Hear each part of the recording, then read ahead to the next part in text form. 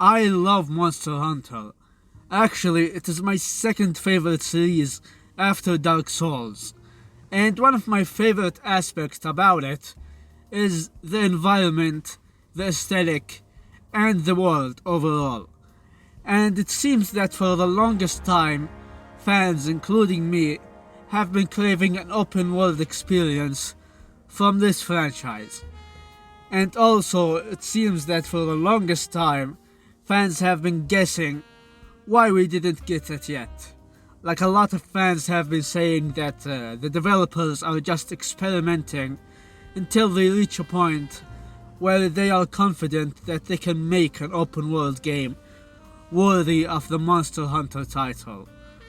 So, in this video, I'm gonna try to guess. I'm not gonna give any answers because I'm not part of the developers, but I'm going to give my thoughts on why I think the developers didn't make it yet, and why a Monster Hunter game with an open world experience will just blow every other game out of the water. It will be amazing. So let's start. For those of you who are uninitiated with the Monster Hunter franchise, let me tell you what it's about. It's about hunting monsters. Whoa, no shit, Sherlock. But now you might be wondering, why does a game with a simple premise as this have so many fans asking for an open world experience? Well, let me list the reasons. Firstly, like I said in the beginning, the environment is absolutely amazing. You've got deserts, jungles, forests, snow maps, lava maps, everything.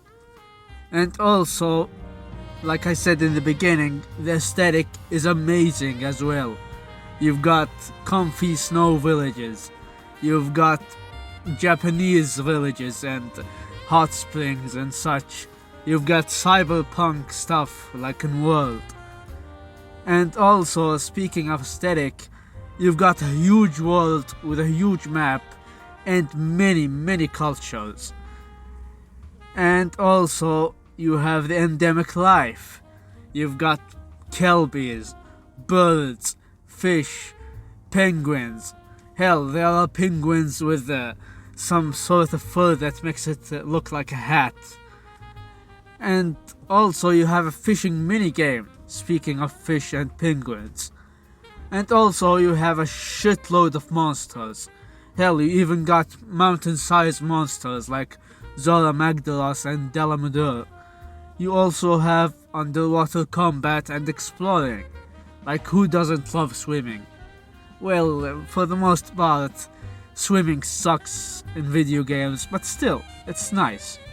You also have wall running, like Spider-Man and, just Spider-Man. And speaking of Spider-Man, you also got wire bugs and hooks and stuff that helps you with your mobility.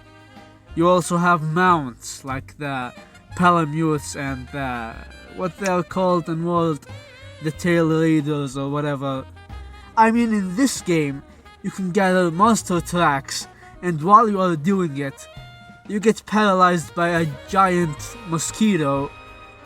Then your cat punches you to unparalyze you. Then you move around and plant some comically large bombs next to a dam, blow it, get swept by it, and then fall from a giant tree and hook yourself to avoid dying. Like, how many games do you know have such wild interactions and do them so seamlessly? Not a lot, I'd wager. Now, my dear viewer, I hear you asking and wondering, okay, you've listed many reasons why it should have an open world game, but you still didn't answer the main question on why it didn't happen yet. Well, my friend, I will answer your question. The first and main reason is the nature of Monster Hunter. Now, what do I mean by that? What do you mean by that? this main reason can be split into multiple other reasons and points. And one big point that people always bring up when they talk about Monster Hunter is the story. Monster Hunter games aren't really synonymous with great stories, and a lot of people say that if you want to make a good open world game, you need a great story with tons of dialogue and tons of characters and tons of cutscenes, etc., etc. Let's look at The Witcher 3 for example. This game had many characters and many dialogue options and many villages and cities, and the story moved you from one city to another. Hell, I think even dialogue options moved you from one place to another. Like you start the story at White Orchard, then you go to Velen, then you go to Novigrad, then Skellige, etc., etc. And in Monster Hunter, that doesn't really happen. I mean, the story takes you from one arena to another, like it takes you from the ancient forest to the Wildspire Waste and other maps, but these maps aren't really open world location, like they are big, but still. And also, let's be real, you don't really play Monster Hunter for the story. Like, I've never met a single person who, when they talk about Monster Hunter, they start the conversation about how great the story of Rise and Sunbreak is. No. They always start the conversation talking about the gameplay, or the monsters, or maybe in some cases, the locations, and that's it. You never start a Monster Hunter conversation talking about the story. However, and this is a big however, last year a game came out that kinda proved everyone who brings this point up wrong, and I mean very wrong. And that game, of course, the game of the year in 2022.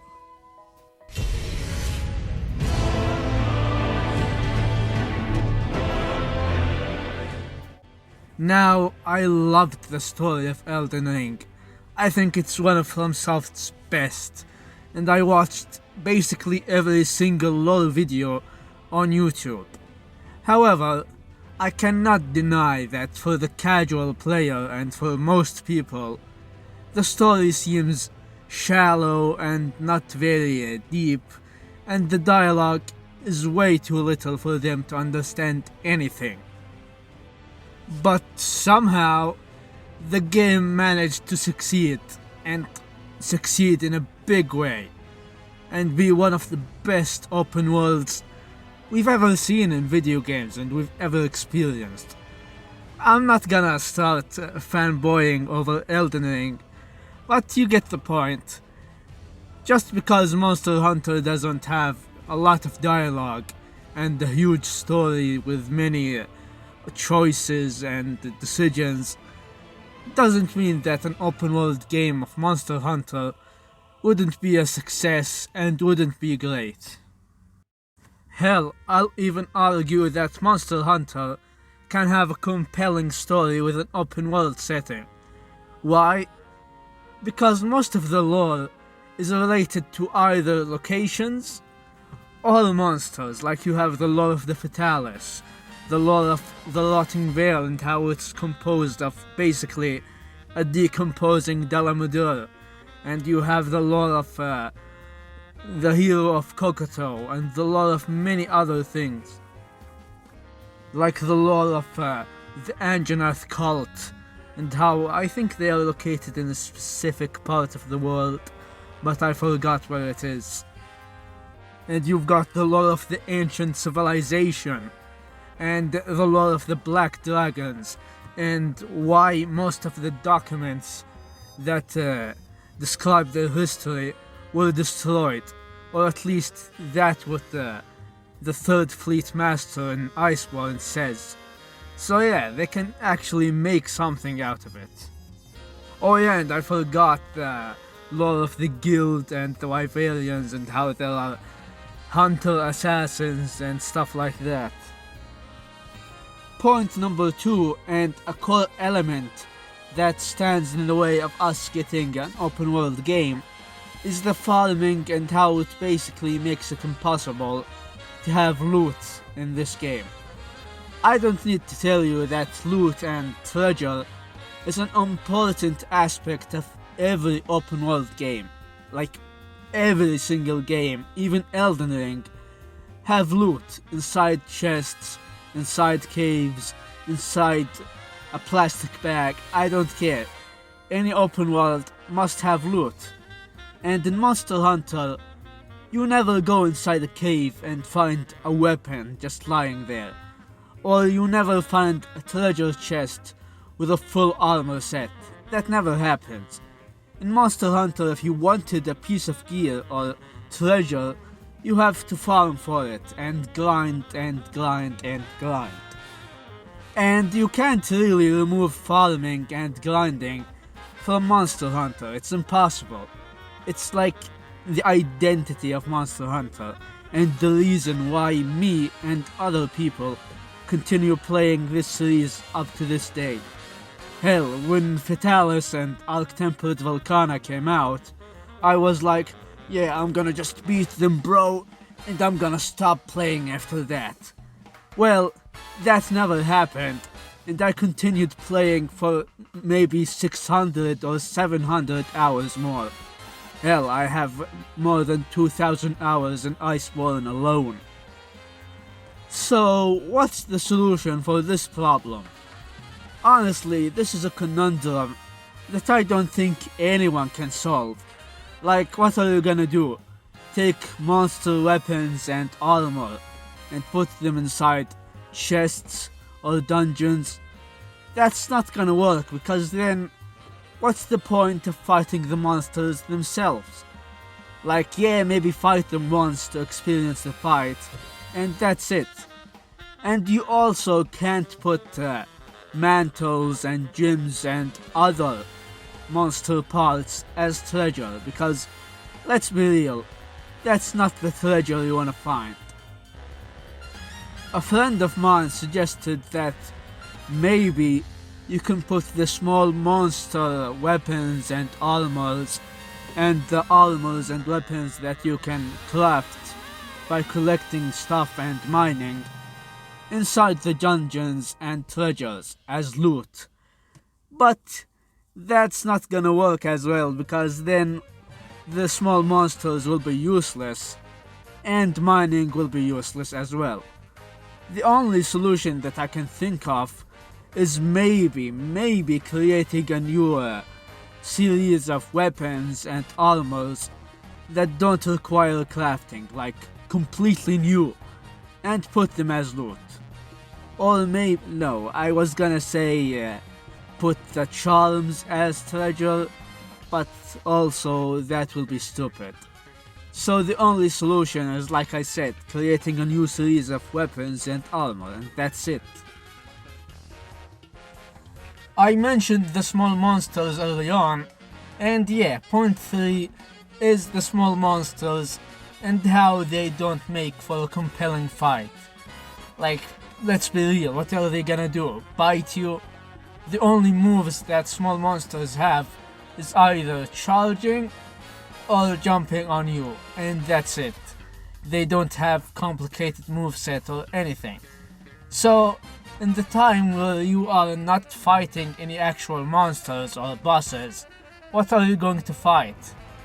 Jagras or Burfango? No, you need something better. And yeah, I'm not sure how they can handle this one, because the large monsters are the bosses, and the small monsters are boring, and there's nothing between them. So maybe make a story that involves humans being evil or poachers or whatever, and you have to fight them, but then that will ruin the spirit of Monster Hunter, of being, you know, peaceful and stuff, even though we kill monsters and make bags out of their skin. But still, The only compelling thing may be the Gajalaka or the fucking, I don't know what they're called. The Palicos in the Hoarfrost Reach. Those guys. Maybe you can scale them up and make their sizes bigger and give them complicated moveset. Other than that, this problem can't be solved. Point number 4 is the ranking. Now, if you've never played Monster Hunter before, you may think that the ranking is something like the one in Overwatch or any other online game. But no, in Monster Hunter the ranking is different. There is low rank, which is basically the easier quests and the beginning half of the game, and then there is high rank, which is the hard quests and where the end game takes place. And then on top of that, there is master rank or G rank, and this quest is usually exclusive to the DLC, so I'm not gonna talk about it in this video. Now you might be wondering, okay, but what does the ranking have to do with anything in the open world game? Well, here's the thing. Some monsters only appear in specific ranks and specific locales. For example, Teostra. He only appears in high rank and master rank and in the hot areas like the desert or the lava areas. So let's say, for example, the beginning area in the open world game is a desert area. What are you going to do? Put Teostra in there as a beginning monster? No, that will kill any semblance of fear or respect we have towards him. The other option is make him really hard, like some other games do, where they put a really tough monster at the beginning and you are expected to either persevere through him and beat him with your sheer strong will, or you come back to him later on. But this doesn't really work with the method of Monster Hunter. It's really strange. I've never had a high rank quest at the beginning of the game. That doesn't happen. This next point is quite simple actually. At its core, Monster Hunter is a co-op game. And I don't need to tell you that open world and co-op don't really work too well together. I mean, yeah, it works, but for the Monster Hunter formula, it's not gonna work too well, you know what I mean? So yeah, this is point number 5. Point number 6, and the final point. An open world game will mean less new monsters, if any, and less new weapons, if any. I mean, for goodness sake, we haven't gotten a new weapon since what? Monster Hunter 4? In order to create this new open world, they will have to use more resources, and creating new monsters and weapons will be just something they don't pay attention to. It's going to be too much to create new monsters, new weapons, new maps, a new story, and make it all in a compact open world that is fun to explore and fight in and just look at. It's going to be really hard, if not impossible. I mean, hell, even FromSoft reused some assets in Elden Ring from their older games. So yeah, no new monsters and no new weapons if you want an open world game. I mean, they can do it. Nothing is impossible for the Monster Hunter team. I mean, we've been saying the same thing for years now, and with every entry, they make it even better. So I wouldn't be surprised if they actually managed to pull that off, even though I don't think it's going to happen. At least not next month or maybe next year. Hopefully it will be next year, but I don't think so. A point that I forgot to talk about, so I'm just gonna include it here, just to sell you a little bit more on the idea of the world. is the fact that there are YouTube channels dedicated to documenting the world of Monster Hunter. There's Oceans, or Oceanus, sorry, I don't know how to spell his name, who basically makes full-blown documentaries on specific monsters or specific areas. Hell, he even made a small documentary on the cult of the Anjanath. Then there's Glide Borealis. You know when Red Dead 2 came out and people were talking about how you can stalk NPCs and see their lives? Well, Glide Borealis does that, but with monsters. So basically each monster has its own life in this world. And then there's another channel that I apologize I forgot the name of, who just makes monsters fight, either by turf wars or just normal fights. So yeah, once again, this world is living and breathing.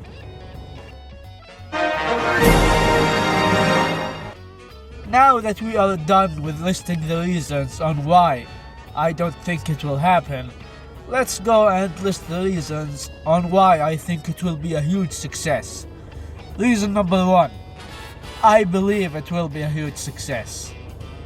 But seriously, you can't tell me that Capcom's highest selling game, Monster Hunter World, which sold like more than 20 million copies, and then Rise came out and sold more than 10 millions on the Switch, I believe, will not be a huge success if it went to an open world formula. Like, look at Elden Ring. Yeah, I know that I was jerking off this game all the time in this video, but look at it. Dark Souls 3, which was the most recent Souls game from From Software before Elden Ring came out, didn't sell this much. But Elden Ring, it was a major success. It was crazy. Like, I and hell, probably even FromSoft, didn't think the game will be this successful. And it was this successful even though the older games didn't have any open world things that Elden Ring can build upon. The only thing is maybe the exploring, the lore, and the combat, and nothing else. However, Monster Hunter have many things to build upon. Like I said, the environment is amazing. There are many cultures in this world. There is many creatures, either endemic life or just monsters, aka bosses. There are many maps. Hell, even in non-open world Monster Hunter games, you can still explore the map. Hell, I haven't even explored the maps in Monster Hunter Sunbreak fully. I think I have a little fog spot on the, what's it called? The new area in Sunbreak, I forgot what it's called. And has many other elements of open world. For example, mining, or collecting herbs and materials, and crafting. And then there is the mechanics that are always associated with open world games, like swimming, or having a mount, in this case, a fucking dog, and wall running, and what's it called, grappling hooks, or in this case, a fucking bug. Honestly, Monster Hunter is weird, man. At this point, I'm just repeating what I said in the intro. But imagine, my friend, if you were hunting a Rathian in the ancient forest, and after beating the ever-living shit out of her, she decides it's time to escape, she can't beat you, so she runs away. But instead of going to her nest in the forest, she goes to her nest in the Wildspire Waste. So now, instead of the quest ending or failing, or you have to start another quest to hunt her in the Wildspire Waste, you just follow her tracks. Now she'll probably fly, so you can't follow her tracks, but you know what I mean. So you go seamlessly, this word is hard, seamlessly, from the forest to the desert, and you just continue your hunt. Either now or you come for her later on, it doesn't matter. you can just continue the hunt. If you left her for some time, she will regenerate her health, but the parts you broke early on in the forest will stay broken. Like, I don't think that a Rathian can regrow her tail. I don't think that can happen. So yeah, this will be an amazing hunting experience. Instead of just following her on the map, you just track her like a normal hunter. Or you can just activate the map, the choice is yours. But the point I'm trying to make here is that the already living and breathing world of Monster Hunter will be even more living and breathing, and you will be alive within it. So yeah, that's what I'm trying to say. It will be an amazing experience. Hell, we can even get new monsters that live in all over the world. Not like Banboro. Banboro was fucking stupid. Like, why is a snow monster going to the volcano area, Capcom? That doesn't make any sense. Okay, I think I said everything that I wanted to say, and my throat is getting fucked up from all the talking. So I'm gonna end it here. But if you think there are any other reasons, or if you know of actual, real reasons from the developers themselves, please write them in the comments below and enlighten us. Or if you just have anything to say, just say it in the comments. But be nice, because while discussing this topic with other Monster Hunter players and doing some research, I discovered that, surprisingly, this topic is really divisive in the community. Like, some people want it to happen, some people don't want it to happen. It's like a 50-50 split in the community, which was shocking to say the least. Anyway, I'm not gonna go on another side tangent. So yeah, let's end the video here. Comment what you want to say, like, subscribe, and see you guys later on. And happy hunting if you are still playing Monster Hunter.